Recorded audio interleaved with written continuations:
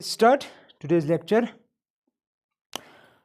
Today we will take a new chapter, that means chapter 8, and which is related to applications of integrals. Applications of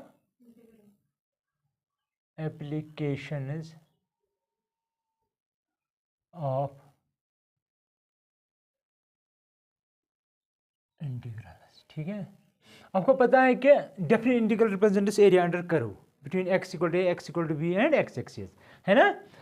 for example आपके पास एक function है y is equal to f of x. ठीक, तो that means आपके पास एक coordinate system है. याद रखना मैं क्या बोलूँगा. ये आपका x इक्वल टू a है, ये x इक्वल टू b है. ठीक है, दैट मीन्स यहाँ से यहाँ, यहाँ से यहाँ, ये आपके हैं y is equal to f of x. सही है. अब देखिए आप और इसका मतलब क्या हुआ, a to b f of x dx. इसका मतलब हुआ एरिया अंडर दिस करो, दैट मीन्स दिस एरिया. ये सारा अंदर. ठीक है. अब देखो यहाँ पे एप्लीकेशंस ऑफ इंटीग्रल्स हम कैसे निकालेंगे, ये क्या है, क्या ये यानी कि इंटीग्रल्स का यूज़ कहाँ पे है, कौन सी इसकी एप्लीकेशंस हैं. ठीक है, यहाँ पे देखो हम क्या करेंगे. यहाँ पे याद रखना आप, अगर आप यहाँ पे एक एलिमेंट्री स्ट्रिप लेंगे जिस तरह आप फिजिक्स में करते हो, एक छोटा सा एरिया, ये छोटा सा एरिया, इसमें एक हिस्सा है इसका. ठीक है. फॉर एग्जांपल यहाँ से लेकर यहाँ तक इसकी लेंथ है y. क्या है, क्योंकि y is equal to f of x. ठीक है, y वेरिएबल है इसलिए मैंने y ही रखी इसकी हाइट.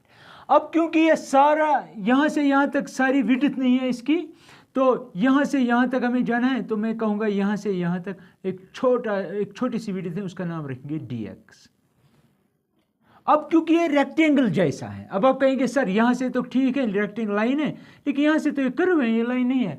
जब हम कर्व को छोटा सा हिस्सा लेंगे ना, वो दिखती है फिर लाइन ही. आपको ये एज्यूम करना है कि ये लाइन है. ठीक है, क्योंकि यहाँ पे है ना असल में ये कर्वी टाइप, ये असल में ऐसे एक स्ट्रिप बाहर आ गई, नीचे से तो ठीक है लेकिन ऊपर से थोड़ा बहुत ऐसे है, लेकिन मैं एज्यूम करूँगा ये क्या है, स्ट्रेट लाइन है, तो ये रेक्टेंगल बन गया. क्या बन गया, एज्यूम कि ये रेक्टेंगल है, ये इसकी विड्थ है और ये हाइट है.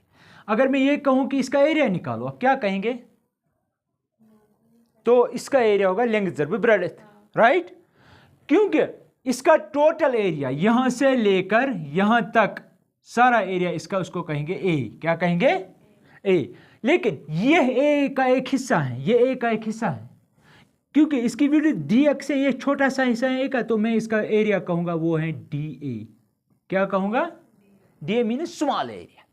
तो क्या मैं लिख सकता हूँ area of this rectangle is y into dx. ये क्या रिप्रेजेंट करता है, area of this small strip which is in rectangular shape. ठीक है, तो since we are it is obligatory for we people to find the area of this region, सारा region, लेकिन मैंने एक स्ट्रिप ली, तो स्ट्रिप से सारा एरिया कैसे निकालेंगे. यहाँ पे देखो, you have to integrate this small strip, area of small strip, that means like this, that means it varies from a to b.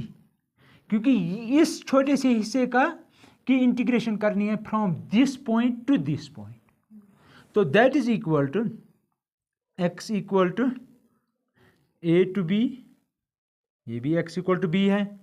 dA क्या है, y dx.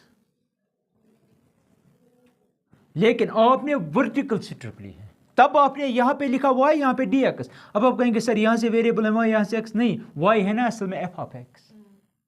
ठीक है, तो एक्चुअली फिर लास्ट में ये ऐसे बनेगा, x equal to a, x equal to b, f of x dx. लेकिन आपको पता है इंटीग्रल, ये sorry this derivative and integral वो एक दूसरे का इफेक्ट खत्म करेंगे, तो वहाँ पे बचेगा a.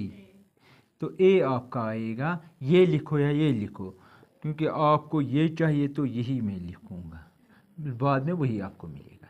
तो ये रिप्रेजेंट वही करते हैं ना आप फिजिक्स में, एक यूनिट स्क्वायर लेते हैं, फिर इंटीग्रेशन करते हैं, सारे पे सबका एरिया मिलता है, वॉल्यूम मिलता है. अब देखो यहाँ पे, ये तो थी हमने ली यहाँ पे एक वर्टिकल स्ट्रिप. ठीक है, अगर अब आपके पास एक हॉरिजॉन्टल स्ट्रिप हो, ये आपका सिस्टम है, मतलब ये x एक्सिस y एक्सिस है, कोऑर्डिनेट सिस्टम है. ठीक है, तो फॉर एग्जांपल यहाँ पे फंक्शन है y is equal to f of x, ठीक।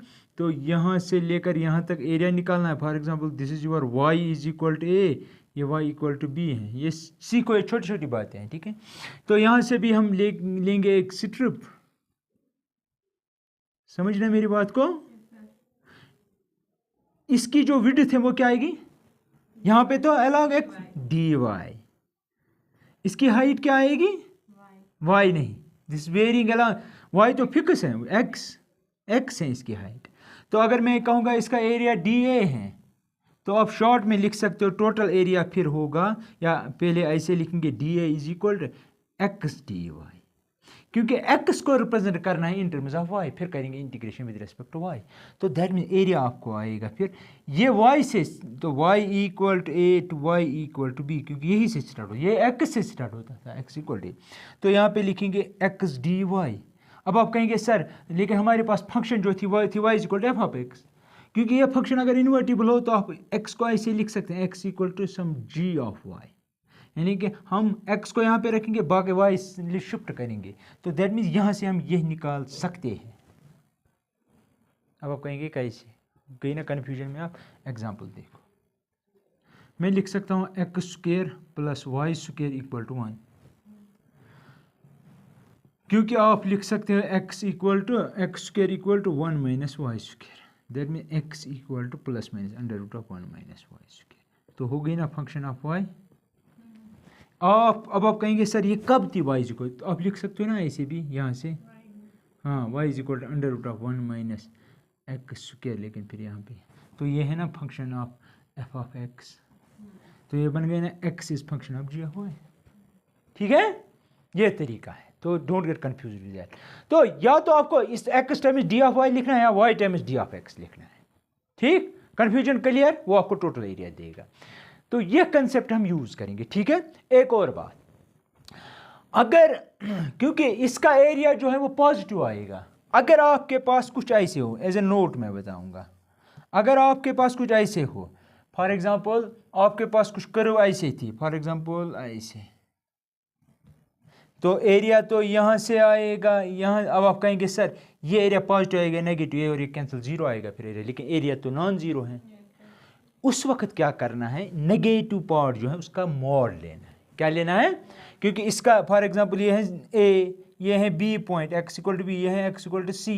तो आप क्या करेंगे, इसका टोटल एरिया जो आएगा वो आएगा, याद रखना x इक्वल टू A से B तक, लेकिन मॉड याद रखना है f ऑफ x dx, इस वाले हिस्से का मॉड, क्योंकि ये नेगेटिव आएगा, एरिया नेगेटिव हो ही नहीं सकता है, plus x equal to B to C, वो तो पॉजिटिव ही आएगा,